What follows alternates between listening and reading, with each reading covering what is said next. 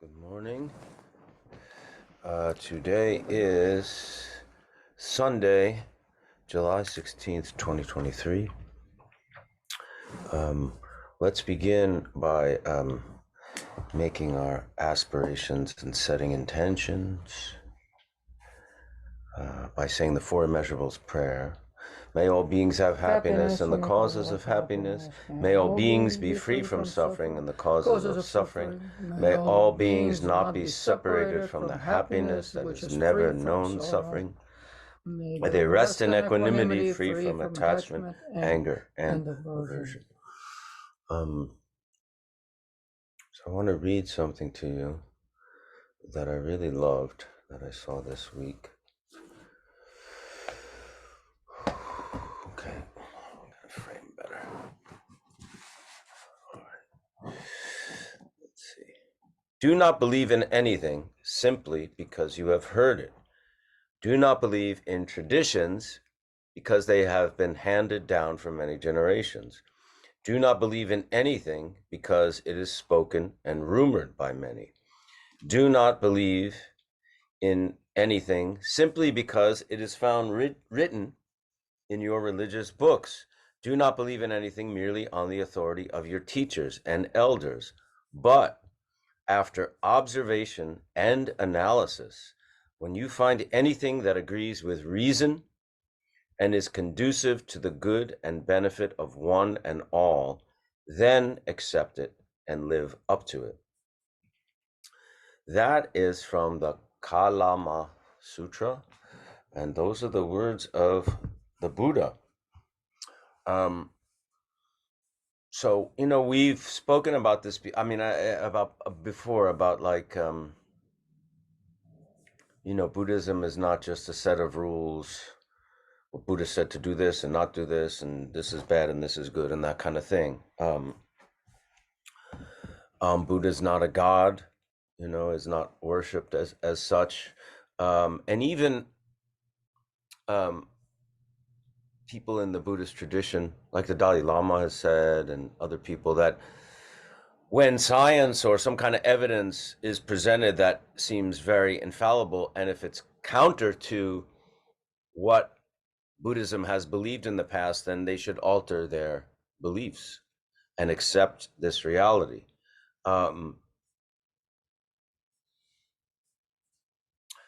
This statement that I read, really, what it really kind of affirms is that this is a practice, an experiential path and practice. It's not just about following dogma. It's testing it out, seeing how it works for you, seeing if there's benefit, seeing if it makes sense, seeing if it seems sane, seeing if it seems reasonable. It's not this kind of conversion mentality where you're just gonna, give yourself up to, whatever the Buddha has said. Obviously not what he said. It's and basically he's trusting in your own Buddha nature. He's saying in those words that we are all Buddhas ultimately. And, these practices that we learn in Buddhism are methods to allow that inner Buddha nature that's innate, that's there, but it's obscure, to allow those obscurations to clear away so this Buddha nature can emerge. It's not about becoming followers, and of course we need teachers, and we do need scripture, and we need those words, but it's not at the sacrifice and expense of your own basic goodness and sanity, and decency and intelligence and all these things. So when you have a relationship with a teacher, which we always stress here, we stress about connecting to authentic lineages, because most likely that's where you're going to find authentic teachings, right? When you do connect with a teacher, an authentic teacher from an authentic lineage, someone who's dedicated their whole life to this study and has practiced this for their whole life, and maybe probably in many lifetimes, When the teacher and student connect, it's that merging. It's not just the student being, taking in the teachings and just filling themselves up with it. And it's this merging and connection of the teacher's experience, what the teacher has gathered through the teachings, how the teacher has evolved through the teaching, and the openness of the student, and that very openness being part of the path, so something happens between the two. It's not just simply, accepting a certain set of rules or dogmatic statements that fill you up with new ideas. It's that real experiential quality that I think we have to remember, and we have to have faith in that.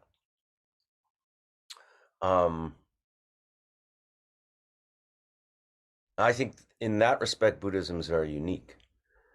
I mean, most religions, would not say, well, we'll adapt to what science says, or say, don't trust what I say, or don't trust what I've written, trust what your own experience.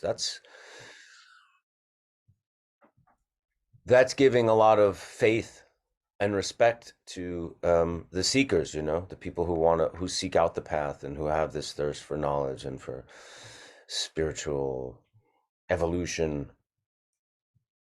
So take that in, really, really absorb those words and really have faith in them as you pursue this path, if that's what you're doing. Don't just take it at face value. He obviously meant it when he said that, I think it's very, very, very important. With that, let's practice. We'll meditate. For those of you who are very new, we're not doing a review this week. There are detailed reviews on the YouTube channel, Meditation with Michael Imperioli, YouTube. The first two of this year, the middle of January 2023, has a detailed review of the basic technique. But let's just practice today. Sit in your posture comfortably. Start your breath. Relax.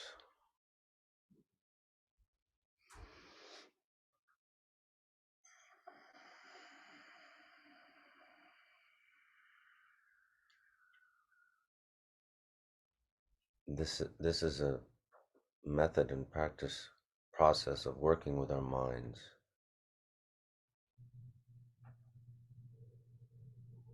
Working with our thoughts as they arise. It's not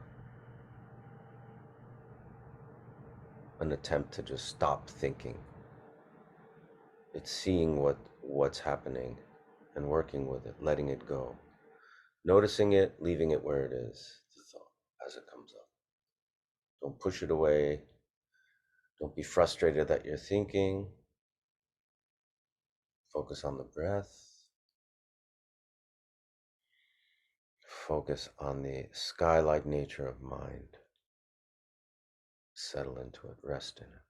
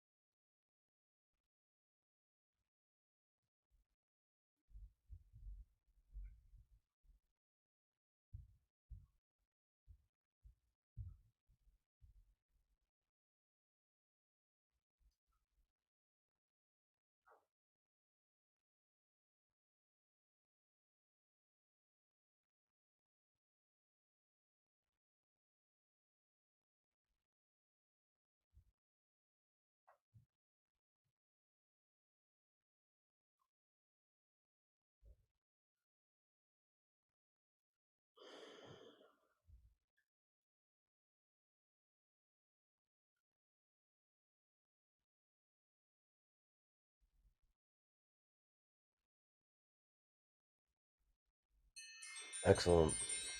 Well, sometimes I do more of a guided kind of thing, but I think it's also good sometimes just to be. I mean, most of you have been doing this a while, just to be silent and, yeah. Remember, we're working with our thoughts, so we're not judging. We're not saying it's wrong to have the thought. We're not even saying, the thought itself is wrong, but we're kind of looking at what our mind is doing, and that can help us uncover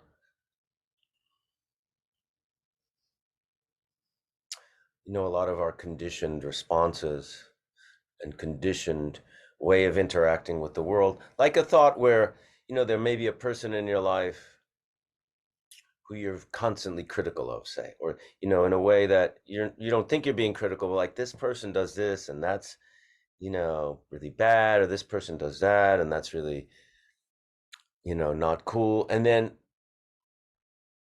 when you take the time to really see where the thought's coming, you may realize, I'm really jealous of that person. I'm really jealous of that person's accomplishments and what they've done with their life and how much, success they've had or whatever. Rather than taking on face value the critical judgment, which you may feel very justified in having. It's not about their behavior. Their behavior is their behavior. It's about your response.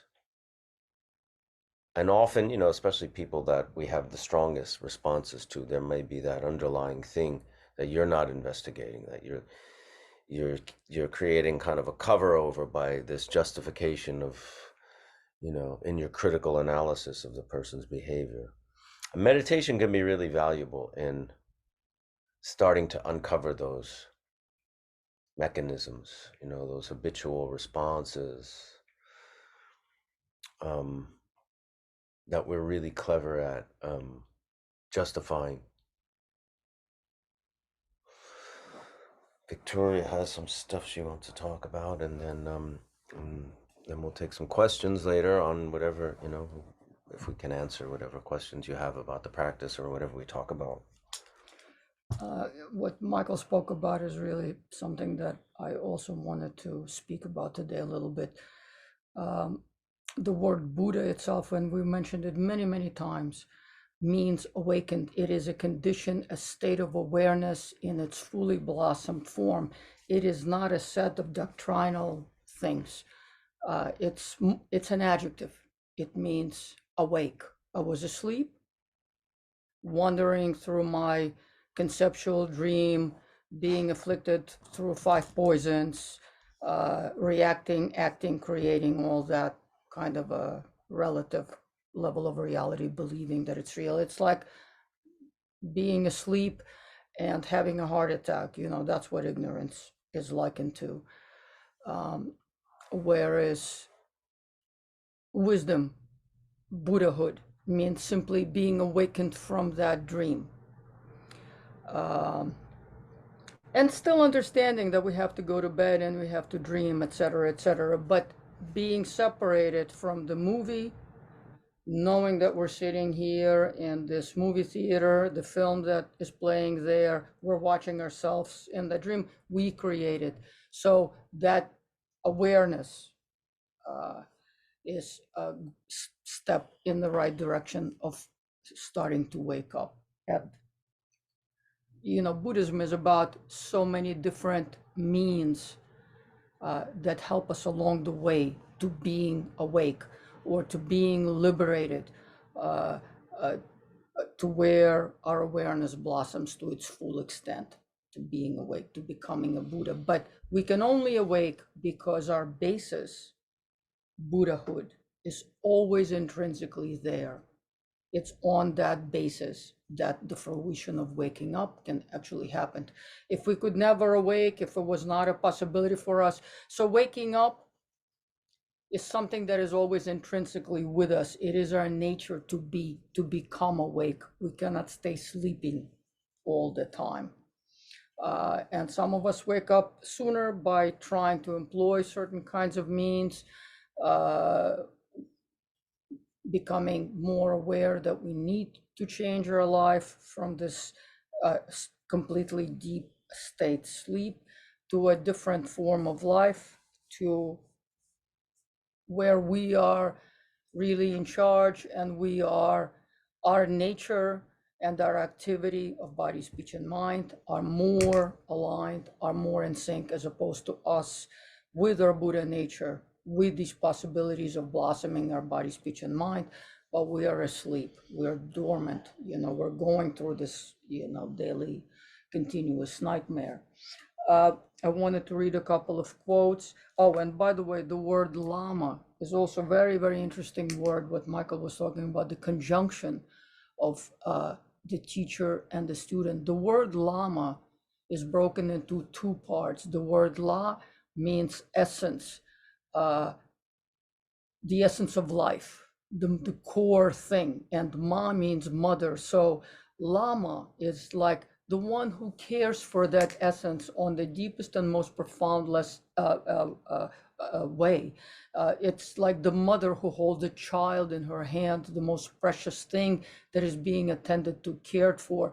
We see that that's what our teacher does for us. Our teacher holds and nurtures our Buddha essence. Our teacher is not someone who just tells us, do this, do that, the precepts, etc., etc. The main part of the relationship of the student and teacher is the trust that that teacher has been awakened to his own essence, to his Buddhahood, to his innate quality of being awake, and now cares for our essence and is attempting to kind of rescue us from this continuous narcoleptic condition to a condition of where our mind can awaken and stand in its own, wake up and move in one's own state of being awake. So,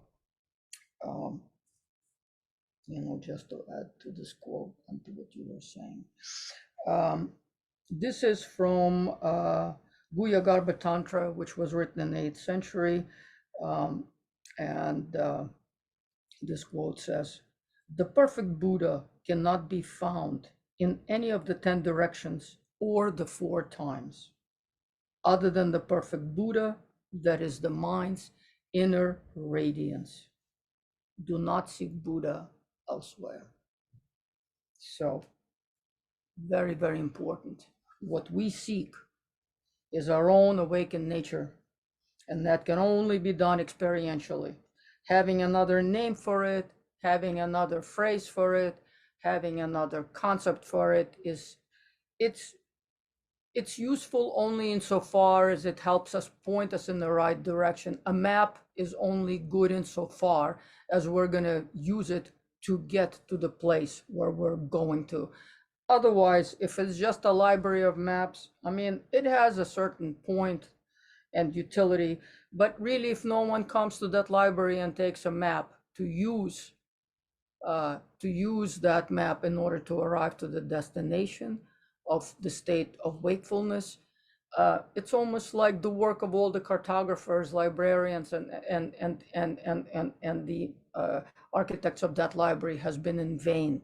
So the teachings in themselves, when they're not used for experience of becoming awake, they're almost useless, and it's kind of a horrendous pity, because those who have attained the state of being awoken and being awakened on a full scale, like our teachers, Buddha, who became awakened, and then he, out of the generosity of his heart, decided to give the teaching to us and leave the 84,000 teachings as those maps, whereby we can take these maps and use them in order to arrive to the same destination as he did. He only points us to a place of enlightenment within our own nature. It's not something out there. It's not something we're going to get in terms of like, I'm going to read this book and, so, and all this is going to be mine. No, it's the treasure is inside, and the map points to the steps of how we have to go from the state of ignorance, being asleep, to the state of full enlightenment. And there are, of course, it's a gradual path. And so all the teachings in the Buddhist tradition are steps, intermediary steps. Remember that everything in the end has to be left behind. Conceptual mind has to be left behind in order for us to have a real experience of transcendence. Last week, we talked about the 5 poisons. And it is said in the teachings that the 5 poisons in their essential nature are 5 wisdoms or 5 Buddhas, 5 male Buddhas. The 5 elements that make up everything, including our bodies, are the 5 female Buddhas. That's a topic for another conversation. But going back to the 5 wisdoms, it is like being asleep is only a provisional condition of our nature. Being awake is our ultimate condition. So ignorance is a provisional condition. It's like we went to sleep and we just love the dream so much we're not getting up. On the other hand, our essential nature is being awake. So we will awaken. You know, it's just a question of how long we will remain in the sleep. When will we wake up and come into our nature? So the 5 wisdoms, the 5 poisons, are something that we think about in terms of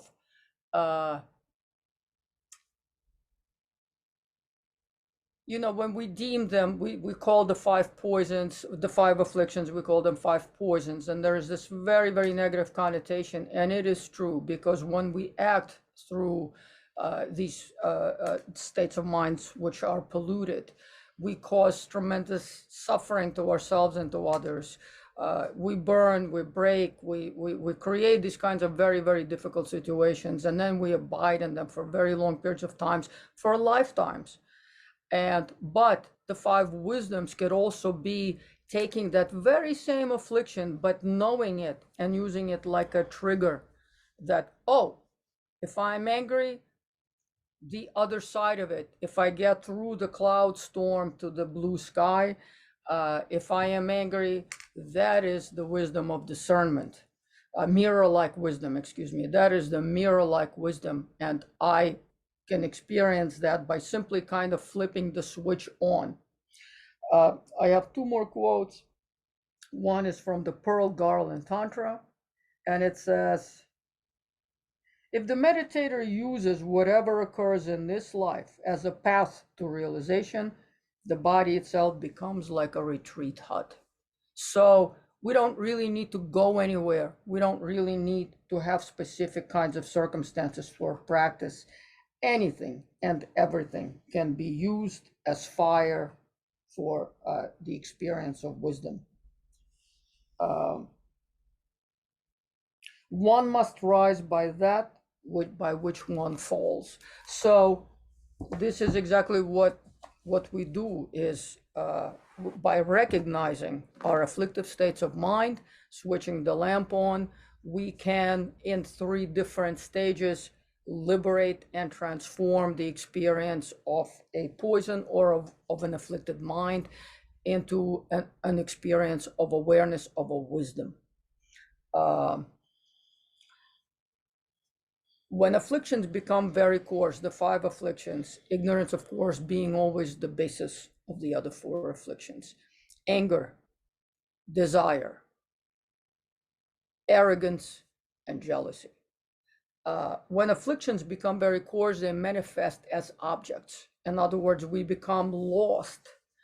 Our energy moves so quickly, our mind is so bright and shines and moves so quickly that by the time we arrive to the position where we say, I must have this, without it I will perish, or that person is my enemy, that's when afflictions manifest as objects. That is the most coarse form of when we are already trapped and lost in the narrative through the force of the affliction.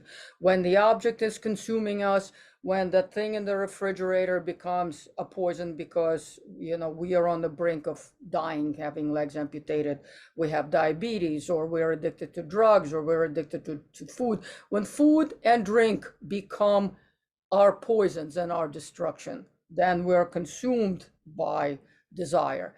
That's when the object manifests already as, you know, when our energy manifests as object, which controls us.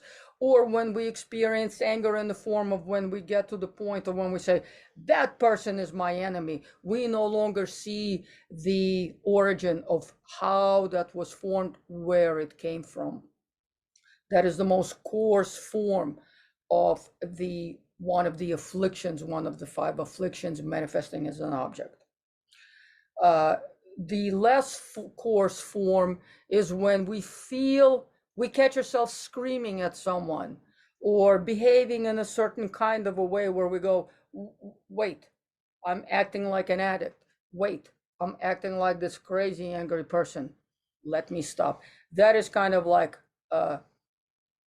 grade one practitioner. We're finally going from the kindergarten, from being just a very ignorant child. We're finally waking up. We know something. We can catch that energy while we're doing it, but it hasn't manifested in all these super coarse things where our consciousness is sacrificed to the object, as Garchen Rinpoche says. The final kind of coarse form that our afflictive mind can take.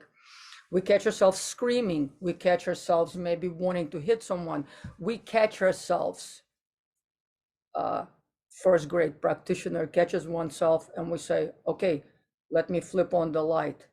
If it's my hatred, I will flip the light on, and that is mirror-like wisdom. I remind myself by flipping on the light that this anger originates in me. It is my anger. There is not that enemy. It is an emotion that arises from me. We actually had a teaching with a friend of ours who teaches us. He's a senior student and he's a brilliant practitioner and yogi and is a really good teacher. And he said, think of it like this three step. Somebody hits you on a train, they bump into you with their shoulder. You go home and obsess about it. You know, the first level, being lost to the object, the most coarse form is, oh, I hate that guy. He bumped into me. How dare he, etc., etc. Second level, that guy bumped into me. Oh, that asshole. But you catch yourself soon enough and you let that go. In the third version, most awakened version of when practice is really moving along and we are practicing all the time, our awareness is on all the time. Somebody bumps into us and you just go, oh, a bump, and you just move along and you've dropped the whole narrative and you're not trapped in it and the narrative is over. You say, okay, little karmic brush, you know, something little happened, but my awareness is not stirred by it. I am still in the space of my awareness. I am continuing my day, etc., etc. I'm not getting trapped in being angry or creating a narrative by it and being hijacked by that whole big story, etc., etc. To that, there are two components that I want to mention. One is that when difficult situations arise and difficult, like illnesses, loss, etc., or we meet difficult people, there are two ways of looking at it. One is in the ordinary way, why does this happen to me? Why do I get this bad thing? Blah, blah, blah, blah, blah. You know, that person's so bad, you know, they're doing things to me. And then there is the other way, the way of a practitioner. We look at a difficult situation and we say to ourselves, you know what? Yeah, I really wanted something easy. My ego mind wanted something easy, something pleasant. I wanted to eat ice cream for lunch, but instead I had carrots because I'm older and, you know, I'm losing my vision and my body requires it. So when we meet difficulty, we can say to ourselves, well, perhaps I need that difficulty. Maybe I need and I meet this difficult person because I don't have patience. Maybe I meet that difficult person because I need to find my patience. I need to find my stability. I need to find my practice. And that person can actually be the trigger, be the facilitator of me finding my patience. You know, we go for elective surgery because we know it's going to save our lives. We go under the knife. We go through all these physical things. We go through the period of recovery, etc., etc. But we do it because we know that it's going to be beneficial to us. In the same way, we should approach our difficulties. When we look at our difficulties this way, when we look at everything this way, we simply stay in the openness of our awareness and we receive things as they come. We don't create suffering for ourselves and for others by rejecting it, trying to have something else, by projecting the things that we desire and rejecting things we don't want. You know what? It doesn't matter how much we want and we desire to win the lottery. If it's not our karma, it's not going to happen. And at the same time, no matter how much we don't want unpleasant things, things will come into our field of awareness because they are correcting the course of our awareness, because they are necessities. So if we can embrace them to be able to see past our projection, past our desire, past our aversion, we can make sense of it, and then we know how to act with it. So in those kinds of moments, because it is a normal thing of the ego just to desire and dwell in pleasure, when little tensions arise, and we're responding to them with one of the five afflictions, because the afflictions arise when the mind wants one kind of a result but gets something else. Let's say you wanted your mother to say this beautiful thing to you, or give you the inheritance today, or move out of her apartment and give you the big house, but it's not happening. And then suddenly that mother becomes our enemy. And who do we always pounce on? We pounce on the weaker person, and we pounce on the person whose love is immeasurable and will not abandon us. Those are the two case scenarios for usually who we make the enemy, or we pounce on. But instead, when a difficult situation arises and an affliction arises, go, oh, I feel jealous right now. Let me turn the jealousy in all accomplishing wisdom. Let me be happy for you. Use it as a trigger. Don't be like a dog that's on a chain and always reactive with every bypasser going by. We don't need to jump and always pursue our ordinary afflicted mind, but we can use the afflicted mind almost like a jump board, be a trigger to remember our wisdom mind, because everything has two sides. We have the ignorance on this side and the wisdom on this side, affliction on this side and the wisdom on this side. Think of it almost like a bridge. You're in the middle of the bridge when a difficult situation arises. You can go this way or you can go this way. I think it's pretty easy to know that if we go toward the side of wisdom, the difficulty and the tension is immediately lessened, because when we have spaciousness, we never experience that level of affliction and pain as we do when our mind becomes so narrow and so painful that we feel like if we don't get that result, we just gonna jump out of the window, because that's really what happens. We feel it's not that we have a problem, we are the problem. It is our grasping that creates tremendous suffering. When we attach to something, to a projection, to a concept, and to a result that we desire so much, and if we don't get it, like we don't get this job, or we don't get this car, or we don't get this house, we fall into states of despondency and tremendous depression. But you know what? The truth of the matter is we don't get those things because karmically it is not for us at this time. If we understand that, and we simply can kind of like have a little space with ourselves, and we go, oh, that's just your craving. That's your baby mind. Wake up and go to the other side of the bridge. Turn on your wisdom mind and say, I don't need this now. That's why it's not coming to me right now. And furthermore, experience the liberation, experience the luminosity of the mind that is able to see in that tight, difficult, painful space. And you can take any kind of difficulty and you could blow it out into that spacious mind. Let's say if you're going through a physical illness, you can think in that very, very moment, you can inhale through Tonglen and take the illness of all other beings, and you will experience on the spot immediately that when the space opens, the affliction is pretty much gone. It's kind of a very weird thing, but, or when we're experiencing a difficult person, instead of seeing them and forcing them through our concept of them being an enemy, why don't you just experience the wisdom mind that can just simply stand and watch what is happening out there? Let that person be. If a person is raging and they're angry and whatever, find the patience of letting them exhaust that fuel and just be there with them for that moment.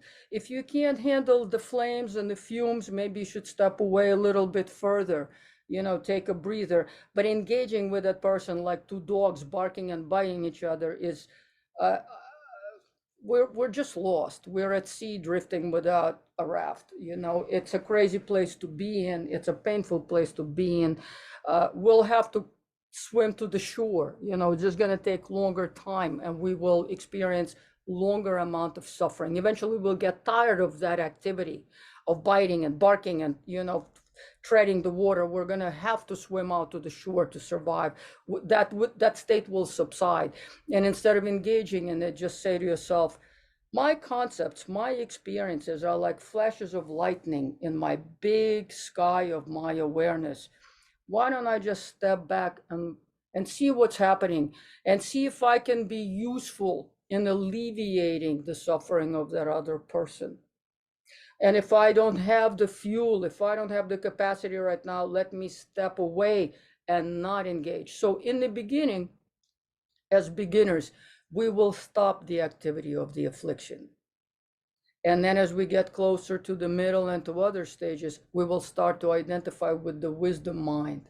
And suddenly liberating difficult situations will become a spontaneous thing. And we all have, you know, situations where we get triggered automatically, like dogs on a chain with anyone walking by. And so start with these kinds of habitual places, you know, difficult child, difficult mother, difficult friend, difficult this, difficult, you know, we all, or just dealing with objects that consume you, you know, look at that object, experience the arising of that sensation, know how it tastes, and know how to wait it out and put it down. That's when we're practicing. That's when we're practicing. When we can actually, instead of like engaging with a difficult situation, you have a difficult boss, difficult whatever, difficult sister, instead of using your usual habitual pattern, you watch yourself. This emotion arises, your habitual propensity for screaming or saying you're this, you're that, you're so bad, you know, etc., etc., all this kind of biting and barking. If you can watch your habitual mind and watch it subside by reminding yourself that affliction on the other end is a wisdom. It's like two sides, you know, which side of the door we're going to stand on.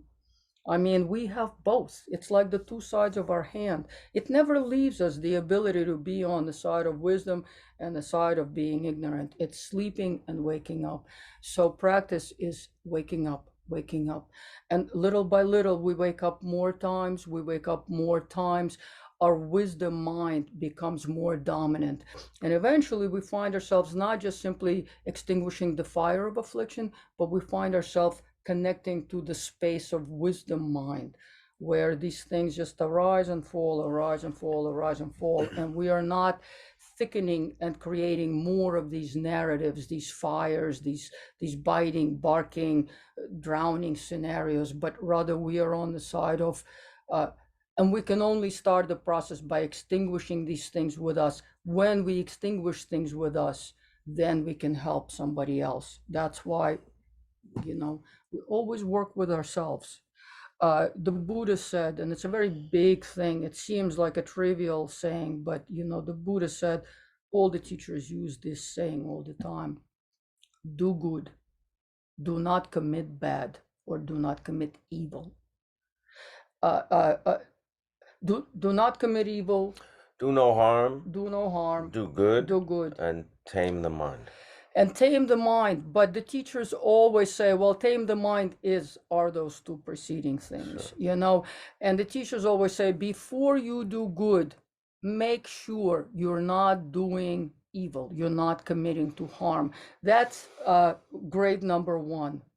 In grade one, we are just trying to work with our afflictive emotions, transforming them into wisdom mind. Remember, it's just the two sides of the same hand. Habitual tendencies, afflictive emotions, wisdom mind, our true nature.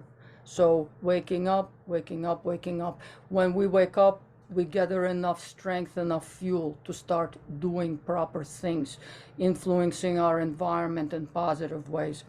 And for the last thing, I just wanted to say, a student wrote in last week and gave a big, very interesting kind of a commentary on different terminology and things. I want to thank you, but I want to remind everyone, we are not scholars, we are not teachers, we're just practitioners. Probably many of you are on much more advanced levels than we are. We're simply facilitating a group and trying to share some things that we read and we learn and we get from our teachers. So thank you so much for great commentary and more kind of valuable academic insight, but there's really no claim here for being neither teachers nor academics. So please forgive us our ignorance, but that's a disclaimer that we always put up front with everyone. Sorry, I can't see so good today. If we're going to go to questions, so if you have any questions about anything from today, we can do that. If one sees images while in a meditative state, yet feels calm and still within, could it be considered meditating, or does it show that one's mind is yet to fully calm? There's a couple of tricky things that you said here that I think it might help to unpack where you might get stuck. Meditative state, I'm not sure what that means. We're meditating. Those 9 minutes that we sat today is meditation, which is a method of working with the mind. It's not a method to get to calm. It's a method of working with the mind, with the thoughts that come up, with the emotions that come up, right? That's meditation. So when you say, can that be considered meditating? Does it show the mind is yet to fully calm? The mind is not going to fully calm until you're, enlightened fully. So let's not get caught up on when it's fully calm or partially calm or not calm. Meditation is about working with the mind. So images, when we're meditating, again, that's something that has arisen. It's, again, let the image go and go back to the practice and the technique. The technique is the foundation, and that's what we're returning to. The mind will always think as long as it hasn't attained full exhaustion of conceptuality of this kind of ordinary level of mind. At the same time, also just to remind ourselves and everyone, shamatha, there are multiple levels of shamatha, calm abiding meditation. We first get a preliminary state of calm abiding meditation so we can actually look at the space of our mind, because our mind is this openness, clarity, emptiness, openness, infinite, within which infinitude of thoughts can arise. And the arising of thoughts is the movement, but so we're watching within the space of awareness, which is infinite, arising of the movement, and we're not getting stuck on the movement. It's completely normal to have the movement, because as long as we're alive and we haven't attained full Buddhahood, there will be this movement. How to become a teacher of Buddhism? I think a better question is how to find a teacher of Buddhism. I think the first thing you need to do is, tame your own mind and work with yourself. Until you have that, I don't really see the point of worrying about being a teacher. You know what I mean? Find a teacher, find a good teacher. We talk about that all the time. I think I know who said this, and I think from what I know, you're a beginner. So focus on finding an authentic teacher from authentic lineage before.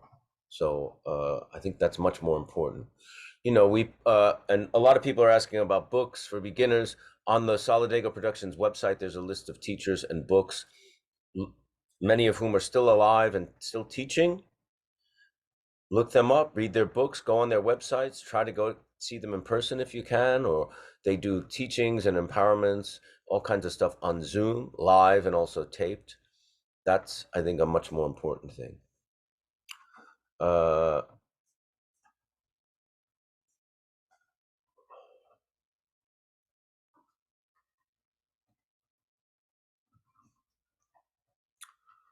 How does this is a very good question. How does the student move forward when the Lama or teacher has betrayed their trust? What can the student do to find the wisdom in the poison? What is the practice? Tonglen? It's a very good question, because that does absolutely happen. One thing that's always important is to focus on the message rather than the messenger. You always have to keep the teaching in the forefront rather than the person teaching it. Until we're fully enlightened, right? We're going to be, we're subject to making mistakes, and that those things can be very destructive within a sangha when the lama, the teacher, makes mistakes, misbehaves or whatever, or worse. The important thing is not to confuse the behavior of the teacher with the Dharma, to not lose faith in the Dharma. How do you not lose faith in the Dharma? By practicing the Dharma, by practicing the teachings, and getting confidence that the teachings work for you.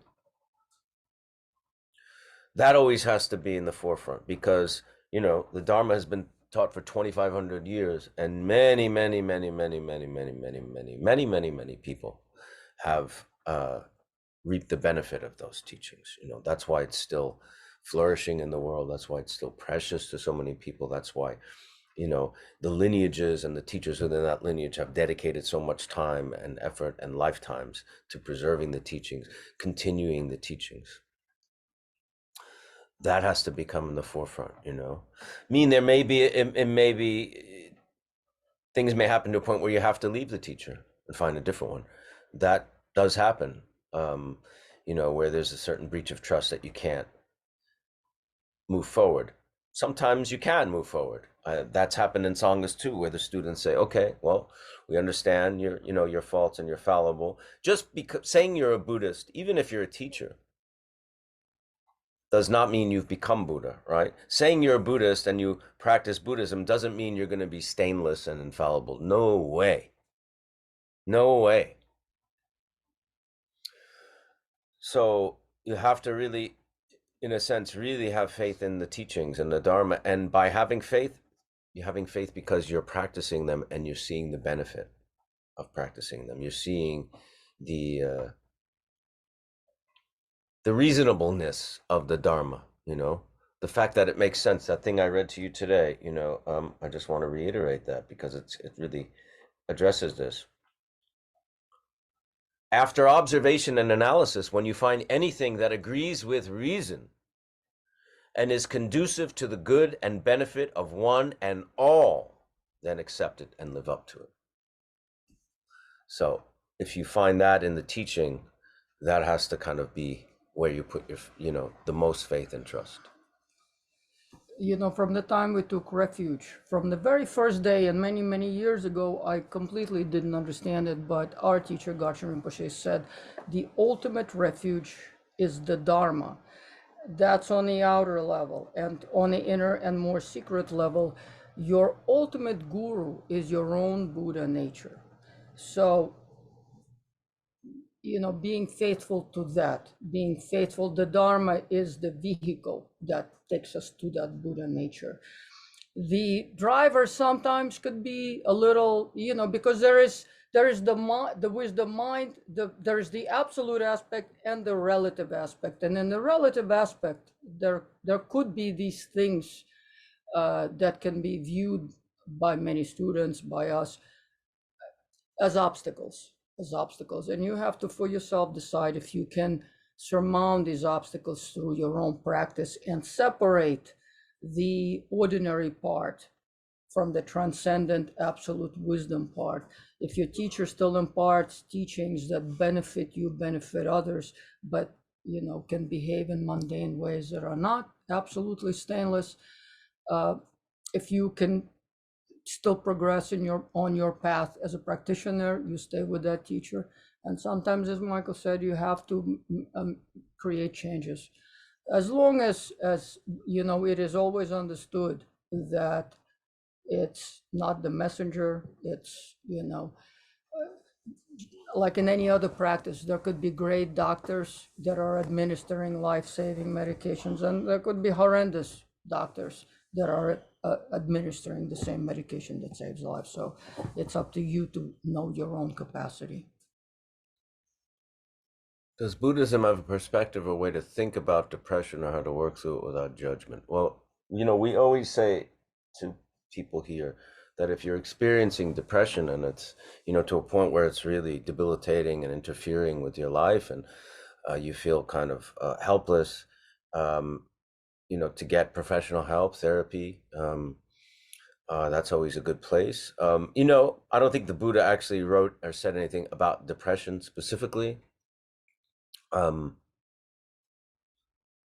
I can't really address depression directly, working through it. I mean, what I can just say is, I think these methods and this practice certainly helps our mind,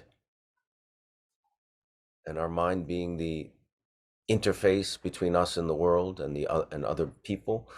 You know, I'm not sure of what your practice is, if if you're a Buddhist or you practice Dharma or whatever that is, but as a, I'm sure it's a good tool in terms of working with depression, Dharma itself and meditation and those things. But I would also recommend, there's a lot of other aspects and modalities. There's a lot of Buddhists who practice psychology, psychotherapy, and things like that.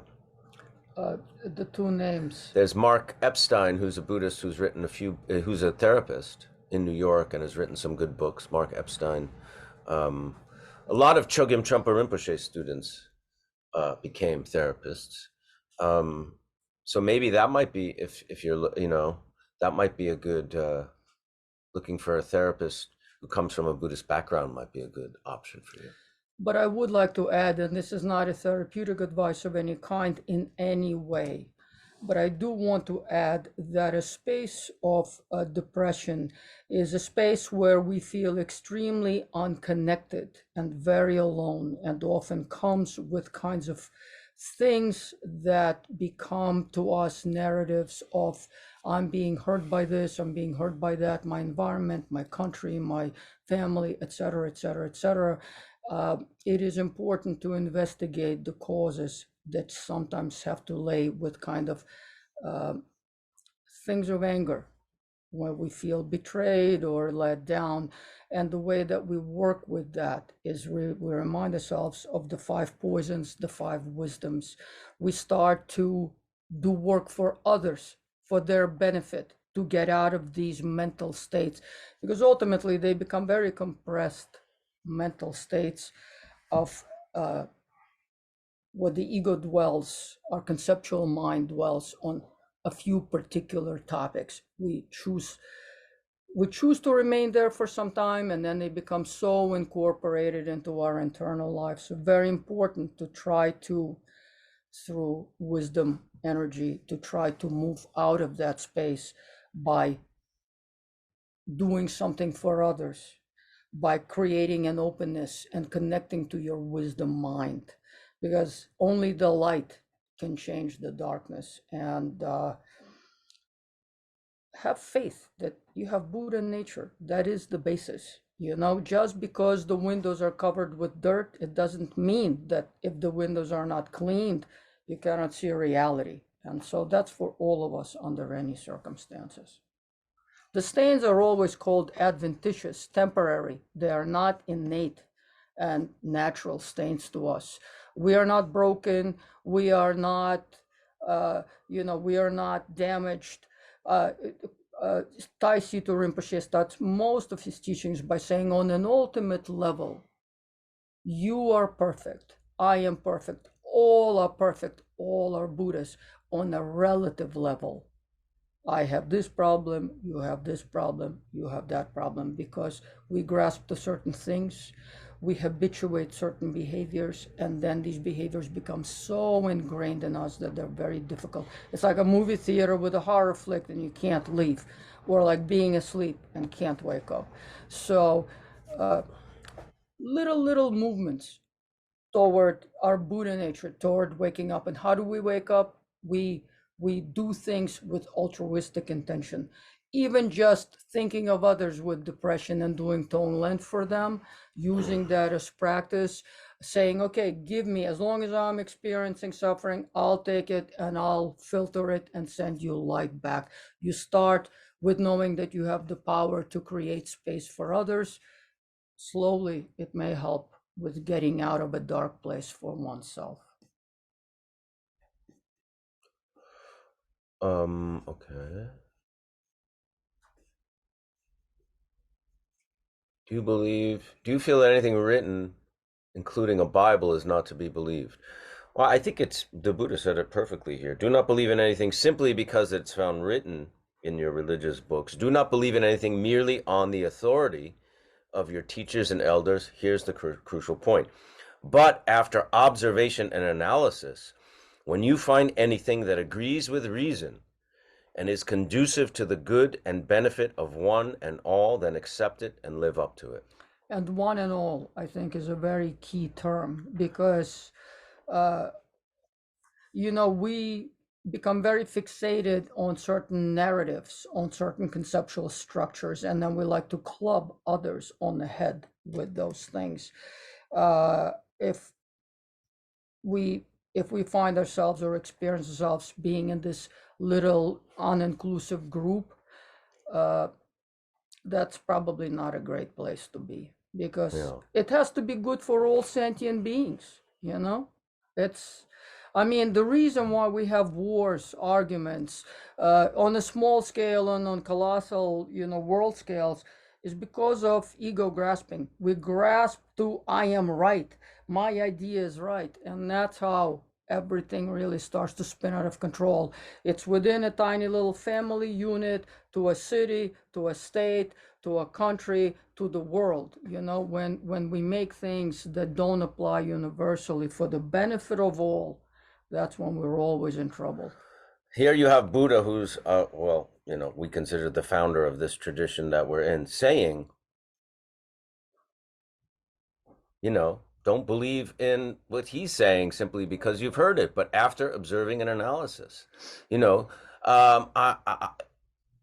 going to be very blunt and honest here, okay? I mean, many of you know things that I've posted about, and people have read some stuff. If it says that being gay is wrong in any scripture, as Buddha said, observation and analysis has found through knowing people, through my life and through my experiences and the people I've met, that there's nothing wrong with that. So anyone who says that there is, my analysis and observation after a lifetime of knowing people says no. So that's what that's where I have to have my faith, in my observation analysis, finding things that agrees with reason and is conducive to the good and benefit of one and all. To me, that makes sense. And if I find something in a Buddhist scripture that's counter to that, I would feel the same way. Exactly. And in the Buddhist scripture, it is said that all sentient beings have Buddha nature. That means not just all humans either. All sentient beings have Buddha nature. That is why we behave with that awareness of all my mother sentient beings, all beings with sentience, all. That's why we don't chew them, we don't kill them, etc., because we remember that all sentient beings have Buddha nature. That is perfect. This is a very good question. My mind often wanders to people who have harmed me in the past. How can I transform that anger into peace? You have to know that you can liberate it, you can let it go. A lot of times we hang on to things because the force of habituation, when we've done something so many times, that's how addiction is formed, right? Our mind becomes addicted to concepts, ideas, and sensations. We start to identify with the pain body, with that negative emotion. We rather stay in hate than we're afraid not to feel something. We feel like we're not going to be alive. So by knowing that afflictions can be, the other side of affliction is the wisdom mind. It's trying to find what is the flavor of that wisdom. When I allow that person who harmed me simply be, and I can observe them and give them space, but not have them always first of all, you know, if somebody hurt you many years ago and we still carry that with us, we're allowing them to hurt us even now in the present. So if you desire to be liberated from that, uh, you have to find the wisdom side of that. You know, go to the other side of the rainbow, the other side of the bridge. You will have to find the wisdom aspect of that affliction, and of course, letting go, becoming liberated from it yourself, uh, by creating the space of awareness, by saying yes, it has happened, but you know, now I don't have to stay in that space. I don't have to regurgitate that hurt over and over and over again. We don't have to. We really don't. And actually, the sooner that we can liberate ourselves from it, the sooner we can live a life and practice and have happiness. We have to care for our happiness. Happiness is our birthright. And how can we have happiness when we are being choked by these kinds of negative, afflictive memories to which we return over and over again? So find a way of using, using those people in your practice, bringing them in front of yourself, visualizing them, and then giving forgiveness and letting them go. Like, take the chain off and put it in the water and bless it and say, may you be liberated. May you too, whatever triggered you to be this afflictive person, whatever made you into this animalistic, whatever dark, difficult being, may you be liberated from them. And that's how we ourselves become liberated from it. I've been working on my practice since January. I feel I'm getting closer to finding a teacher and have a connection with a few. Should you jump into engaging with all the teachers, or should you narrow it down to dedicating your practice to a single teacher? That's a very good question. You know, it's good to, look at several teachers. They really say in Buddhism to examine the teacher very closely before diving in and taking refuge, committing to one teacher, as your lama or something. Going slow is probably the best idea. Step by step, slowly, spend some time, practice, put the teachings into practice, and then follow, in some ways following your heart, the one that really most inspires you, the one that you keep getting drawn to again and again. Eventually, I think that decision, will make itself known to you. And at the same time, always know that even though you love one teacher who becomes like your mother, father, because he really gives birth to a level of awareness that we may have felt, or we felt in the absence of feeling that awakened mind that is our true nature. In the absence of that, we felt darkness and despondency. And so as we move toward the light and we find a teacher who really opens that, pries that open, at the same time, remember, you will go and hear other teachers and experience teachings from other teachers, because we can experience other teachers almost like the face of our own root guru. All the blessings come from that relationship. And so when we get teachings that are very beneficial and we experience other teachers, there is no conflict. It's not a betrayal. All the teachers are like the reflections of wisdom mind. It's like refraction of light through a crystal, or the rays of the sun. There's one sun and many rays, enough for all of us, for all sentient beings on this planet and other planets. There's no conflict, so not to worry. Last question, then we have to wrap it up. And if we didn't get to your question and you really need, want to kind of see if we can give you some kind of answer, insight, we have a Gmail address that we can get to your questions, and that is Michael Imperioli Meditation 101 at Gmail. Last question is, early on you mentioned not completely disregarding the word, but instead looking for meaning in it. I didn't say looking for meaning in it. I really said, and this is the Buddha's words, so it's important to be accurate. After observation analysis, when you find anything that agrees with reason, not meaning, that agrees with reason and is conducive to the good and benefit of one and all, then accept it and live up to it. That's really what I'm focusing on here, not meaning. I'm new and enjoy this meditation, but currently I'm Catholic, grew up in the church. How would you recommend incorporating Buddhist practices in my life going forward? You can't be a Buddhist and a Catholic. You can be one or the other. You can be Catholic and meditate. You can be Catholic and read Dharma books and take from them things that you find valuable, without a doubt. Dalai Lama has actually said, it's usually better for people to stay in their own tradition. But if you feel very, very inspired and passionate towards Buddhism, then of course, you can become a Buddhist. The goal of Buddhism is not to convert people and have more people become Buddhists. That's not it either. So I'm assuming your Catholicism works for you, as it inspires you and gives you, direction and moral compass and all those good things, which is great. I think, how would you incorporate it as how you like? If you find meditation, the way we meditate here, to be valuable, incorporate that into your life. If you read Dharma books, and there's some things that Victoria talked about working with the poisons, and if you find that valuable, or Tonglen practice, you don't have to be a Buddhist to do any of the things we talk about here. If you're inspired to be a Buddhist and want to dive in, that's a different story.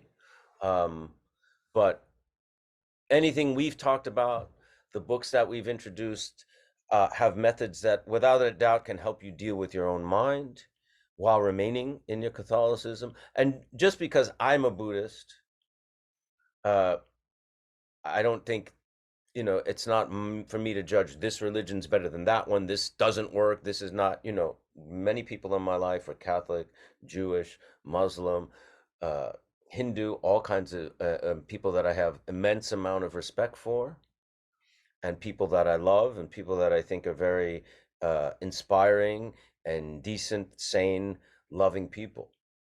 I don't think that the answer to everybody is Buddhism. That's not my thing either. We just share what we've discovered to be very valuable with people who want to hear it. So take what you like, take what you like. If it works for you, if it helps you, it's great, and if your faith gives you what you need and inspires you and is, central to your life, and then that's good. You know what I mean? You have to decide that. Yeah. That's for you to decide what works. I'm going to read it one more time because it really blew my mind when I read this week. There's nothing else to say, right? After observation and analysis, applies to anything, any religion or anything, dealing with other people, meeting people, making friendships. When you find anything that agrees with reason and is conducive to the good and benefit of one and all, then accept it and live up to it. I mean, pretty much says it all. Especially the part with the benefit of one and all. And I just wanted to add really quickly, His Holiness the Dalai Lama says, in simplest, quintessential sense of the meaning, he said, my religion is a kindness. And Garchen Rinpoche says that really the essence of all practice is loving kindness. For that, of course, we study and have Buddhist methodology, how to get to that state, how to fully blossom. Only wisdom mind can be truly compassionate and benefit all, because often religions, not to specify any one, could be little groups, and for benefit of only this group with exclusion of other groups. Loving kindness, Buddhahood, as I said, it's an adjective which means awake. It's not a doctrinal statement. If a mind could be loving toward all sentient beings, then we are really practicing. That's how we check ourselves. And a Buddhist practice simply has a lot of methodology to get to that place, because it's not about precepts, it's about moving forward experientially. Knowing how to deprogram yourself from barking and biting and clubbing people with our ideas on the head. Think of Buddhism very much like a car wash. It washes us so the windows become clean. And at the end, the car gets out of the car wash, or the person gets out of the shower and goes to the destination. So whatever is helpful to move and propel us toward the state of that awareness, because it's the only state of awareness that can truly love all sentient beings and not distinguish between this and those are rats and these ones are this, and et cetera, et cetera. When we transcend little groups and nationalities and et cetera, we move towards a state of enlightenment. So whatever is conducive for us to awaken to that state of love. Okay. I'm going to say our dedication prayer. I want to thank Nick Solidago, our producer, whose kindness and generosity allows this class to happen. By this merit, may all beings attain the state of enlightenment and conquer the enemies of faults and delusions. May they be liberated from this ocean of samsara and its pounding waves of birth, old age, sickness, and death. Thank you, everyone. Practice. See you next week.